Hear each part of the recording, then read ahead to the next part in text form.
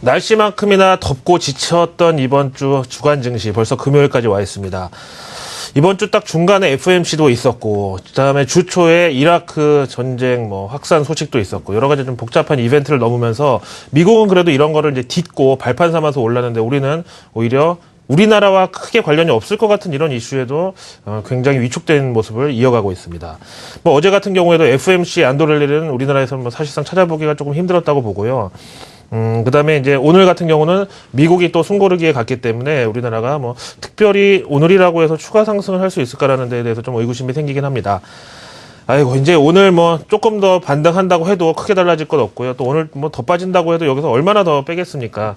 이제는 빨리 이번 주 일단 마감을 하고서 주말 동안에 좀 재충전하고 다음 주에 다시 투심이나 아니면 중기 관점의 이 시장, 동기부여를 좀 찾아봤으면 좋겠습니다. 무거운 마음으로 일단 금요일 아침 글로벌 마켓 나우 로이터의 마감 브리핑으로 출발하겠습니다. 월간은 FOMC 피로감. 이번 FOMC는 특이하게도 보통 FOMC 이틀 중에 첫날은 내리고 다음날 오르고 이런 식인데, 첫날부터 오르고 두 번째 날 또 올랐단 말이에요. 그래서 좀 피로할 거 아니에요. FOMC라는 데 대한 긴장도 컸을 것이고. 그럼에도 불구하고 S&P 500 지수는 또 사상 최고로 가서 벌써 올해 2014년 6월 지금 셋째 주 현재 21번째 사상 최고치를 경신했어요. 말씀드린 대로 아무리 그저께는 미리 한 발 앞서 올라줬고 어제 FOMC 비둘기파들의 활약으로 한 번도 안도렐리를 즐겼던 월가가 아무리 휴식기에 들어간 날이라고 해도 이제 사상 최고는 그냥 기본으로 넘기고 끝을 냅니다. 오늘은 이제 지정학적 리스크가 뉴스창에서 밀려나고 경제지표가 앞으로 튀어나왔는데요. 사실 이라크 현재 상황은 전혀 개선 조짐이 없고 악화 일로로 거듭하고 있습니다. 이게 사실인데 희한하게도 FOMC 전에만 굳이 이라크 내전 소식에 집중하면서 시장을 밑으로 잡아 끌어들였던 것이 결국은 FOMC를 앞두고 매파들을 협박하는 자해공갈성의 그런 시장 반응이 아니었나 의심을 지을 수가 없습니다. 왜냐하면 항상 FOMC를 앞두고 지금까지 증시가 크게 좋았던 적은 없었거든요. 안 그래도 미국 증시 사상 최고치를 앞에서 보신 대로 21번이나 새로 고침했는데 FOMC 앞두고 시장이 크게 오르면은 이거 봐라. 더 이상 FOMC 연준 양적거나 도움이 필요 없지 않냐. 이렇게 이제 매파적으로 돌아설 수 있기 때문에 엄살을 부리고 이제 좀 이 투정을 부렸던 건데 이번에도 희한하게도 FOMC 끝나고 나니까 이라크 얘기가 쏙 들어가 버렸어요. 대신에 오늘은 이제 경제 지표가 조금 좋았다라고 볼 수 있고요. 전형적으로 악재에 둔감하고 호재에 민감하면서 휴식을 즐겼던 미국 증시였습니다.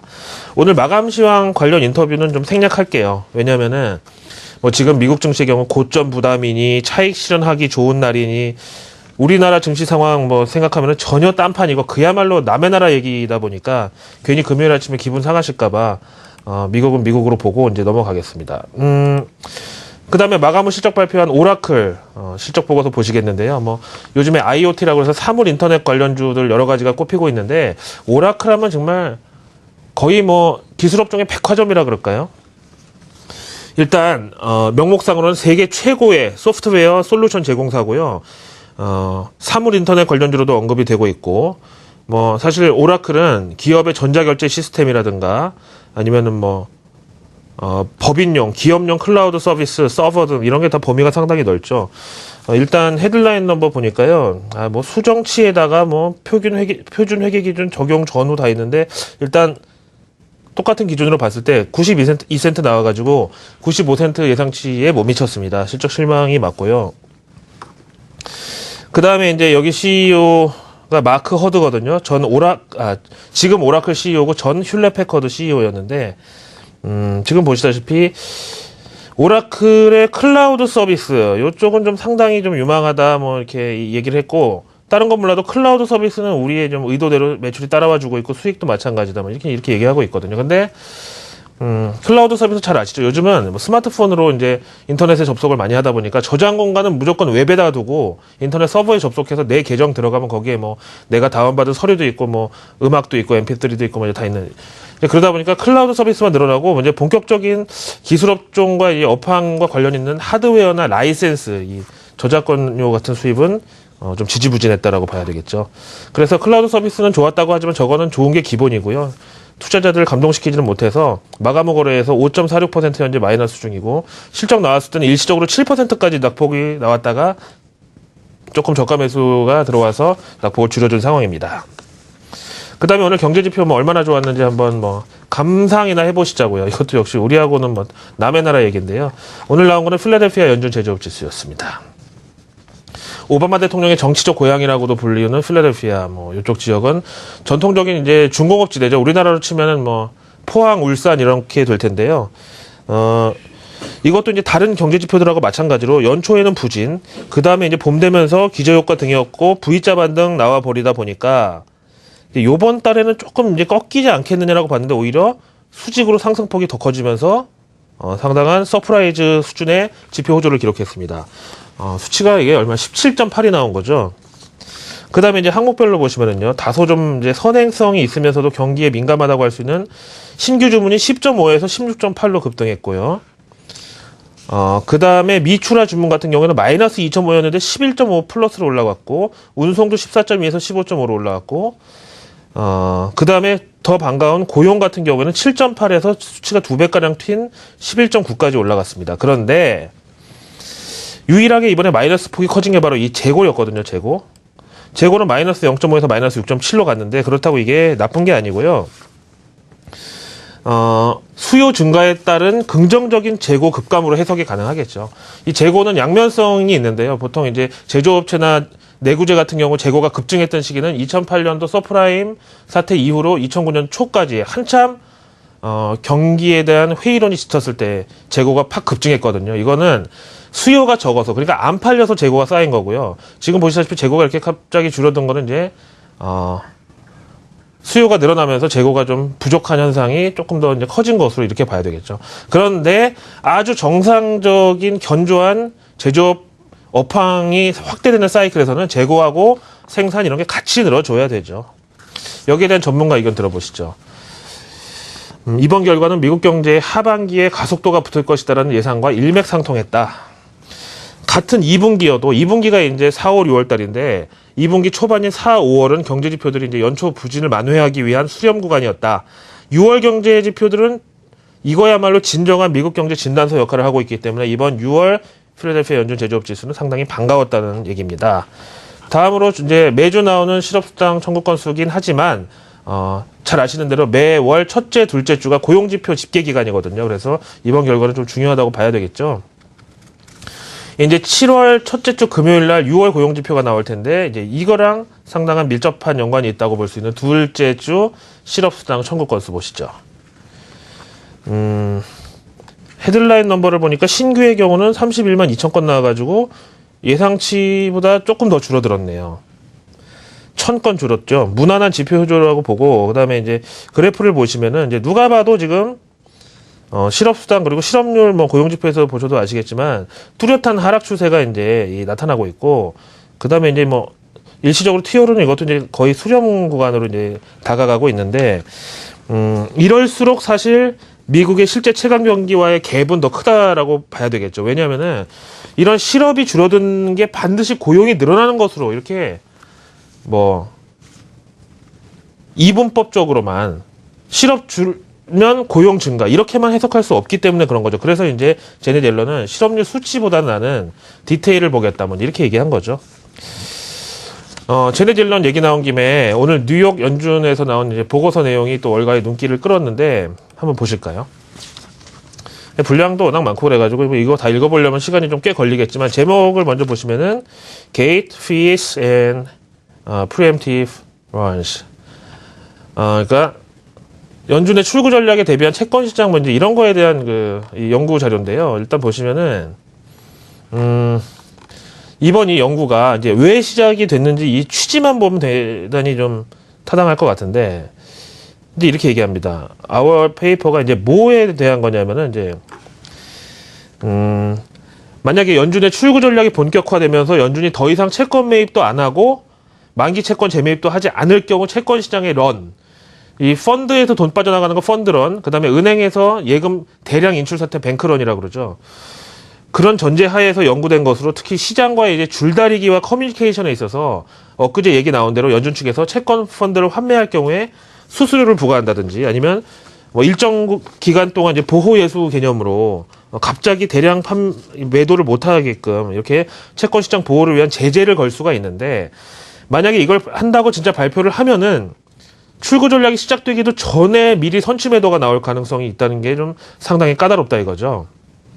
그래서 언제부터 전 채권론 대비 수수료 등 제재를 하겠다라고 발표하는 것 자체가 오히려 채권론으로 올 수 있는 이런 선취 매도를 끌어올 수 있다는 거예요. 그래서 이제 이 보고서가 우리에게 의미하는 바는 뭐냐면은, 지금 사실 금리 인상, 통화 정책 정상화, 출구 전략 다 같은 표현인데요. 이런 데 대해서 그 누구보다 두려움이 큰 것은 투자자들이 아닌 바로 연준이구나.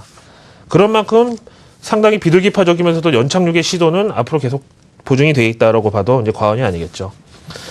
자, 그 다음에 21번째 올해 들어서 사상 최고치를 경신한 S&P 500 지수. 이제는 부럽다는 얘기 대신 뭔가 좀 화가 날 지경인데, 이제 월가에서의 전망도 슬슬 좀 머쓱해지기 시작을 했죠. 왜냐면 올해 연말 S&P 500 지수 목표치가 이미 연말은커녕 1년에 반밖에 안 지난 6월 달에 다 달성되기 때문인데요. 마켓워치 보실까요?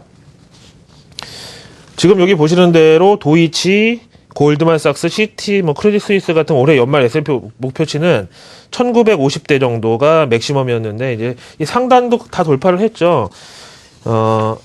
그래서 이제 이 목표 지수를 이거 안 되겠다, 상향하자라고 해서 이제 높여 잡는 것도 이제 예스가 상향한 것이거든요. 그런데도 있지만 아니다. 결국은 기다리면 다시 내려오면서 우리 전망치에 맞춰질 것이다. 버티는 금융사들도 있고, 지금 눈치 보기가 극심하다는 설명이고요. 자기네 하우스뷰를 맞추기 위해서 시장을 오히려 숏으로 막 내리 누르려는 그런 시도까지는 솔직히 좀 너무 어불성설이라고 봐야 되겠죠. 그 다음에 아래 그래프 보시면 골드만삭스에서는 2016년 S&P 500 지수 예상치를 2200까지 보면서 최소 한 3, 4년 동안은 EPS를 비롯해서 증시는 꺾일 기미가 없다라고 보는 거고요. 그러면은 이제 이 강세장의 역사를 보면서 이제 여기서 설명을 하는데, 1940년 이후로 대세 상승장을 쭉 보니까 평균 지속 기간이 4.8년. 그때 평균 상승률이 166%였는데 이번, 그러니까 2009년 3월 양적 완화 시작되면서 같이 온 이 미국의 대세 상승장이 현재 평균보다 높은 5.2년째. 그 다음에 상승률은 180%로 역시 평균보다 높은 지점에까지 와 있다. 이렇게 파악이 되고 있네요. 그럼 이제는 그럼 미국의 강세장이 이게 꺾여야지나 우리 증시에 유리할까? 외국인들이 미국에서 차익 실현하고 그 돈 가지고 저평가된 한국 증시에 들어오면서 본격적인 상승장을 만들어줄까? 아니면 미국이 아예 더 가버려야지, 야, 이거 이러다가는 한국 증시 비중은 너무 못 쫓아가니까 급하게 채우자 이럴까? 이거 좀 고민이 되고요. 그러고 있는 와중에 무엇처럼 진짜 기술업종 호재가 하나 출연을 했네요. 로이터 통신의 단독 보도 내용 보시죠. 단독은 우리가 인정을 해줘야 됩니다. 소스는 우리가 보통 얘기할 때, 그 정보의 소스가 어디야 할 때 그 소스인데요. 7월 달부터 애플의 이제 스마트워치가 대량 생산 예정에 있고요. 10월에 이르면 시판에 들어간다고 합니다. 제조사는 대만의 퀀타 컴퓨터에서 OEM 방식으로 주문 생산자 표시 방식으로 이제 생산을 할 거고요. 그런데 여기 보시다시피 심박수 체크기하고 2.5인치 디스플레이 패널이 들어가는데, LG 디스플레이에서 그것도 독점으로 공급하기로 했다는 내용이 역시 간접 소스를 통해서 지금 표시되어 있고요. 로이터 통신의 보도입니다. 여기에 대해서 애플, 퀀타 컴퓨터, LG 디스플레이는 일제히 응답을 거부했다고 하니까 뭔가 더 신비감이 막 생기면서 왠지 진짜 그럴 것 같다는 생각이 막 들죠. 요즘에 LG 전자, LG 디스플레이 잘 나가는 다 이유가 있었다라고 봐야 되겠죠. 아이워치. 사실 그렇습니다. 애플이 스마트폰이나 아니면 타블렛 PC나 이런 거 다 먼저 치고 나갔는데, 이 스마트워치만큼 우리나라 삼성전자, LG전자가 먼저 치고 나갔죠. 그럼 LG, 삼성에 비해서 지금 애플의 아이워치가 후발주자가 될 텐데, 일단 예상도만 한번 보시죠. 이거는 이제 릭트라고 하죠. 이제 어디서 이제 흘러나온 이런 사실을 가지고 이제 만든 그림들인데, 이렇게 좀 팔찌 모양이 좀 다양한 이런 게 될 것으로 예상을 하고, 이게 이제 본격적인 웨어러블이잖아요. 그러니까 몸에다가 부착하는 이런 기기이기 때문에 좀 사람들의 개성이나 좀 취향에 맞게 좀 커스터마이즈드 된 이 제품일 공산이 크다라고 봅니다. 아이고, 이제 시간이 또 많이 지나가가지고요. 이제 단신 내용 몇 개만 빨리빨리 좀 보고 지나가겠습니다. 미국은 지금 이라크에서도 굴욕을 당했고 우크라이나에서도 굴욕을 당했고 지금 이런 와중에 푸틴이 물 들어왔을 때 빨리 놓져가지고 앞으로 튀어나가자. 보이스 오브 러시아 보실까요? 가스에서는 이미 달러화를 빼고 위안화하고 유로화로 결제하는 방안을 도입한다고 했고 이제는 글로벌 기축통화로서 달러화를 인정하지 않는 연대를 구축할 것이다라고 이게 상당히 미국이 보기에는 압박이 될 만한 내용이고요. 오바마는 점점 더 사면 초과로 빠져들고 있습니다. 그런데 이제 러시아에서는 이럴 만한 명분이 뭐냐면은 미국이 달러 패권에 집착하는 동안 끊임없이 전쟁과 갈등이 있었던 건 다 미국 때문이다. 저걸 우리가 거부해야 저런 데서 벗어날 수가 있다는 거고요. 근데 보시다시피 이제는 산업에 있어서도 우크라이나에서 승기를 잡은 러시아는 이제 우크라이나 내에서 미국의 물을 빼려고 이제 노력 중인데 그 일환으로 가스 공급과 거래에 있어서 기존에 이제 일종의 인보이스 같은 발행 역할을 맡아온 미국의 컨설팅사들을 전부 배제하는 법안을 의회가 준비하고 있대요.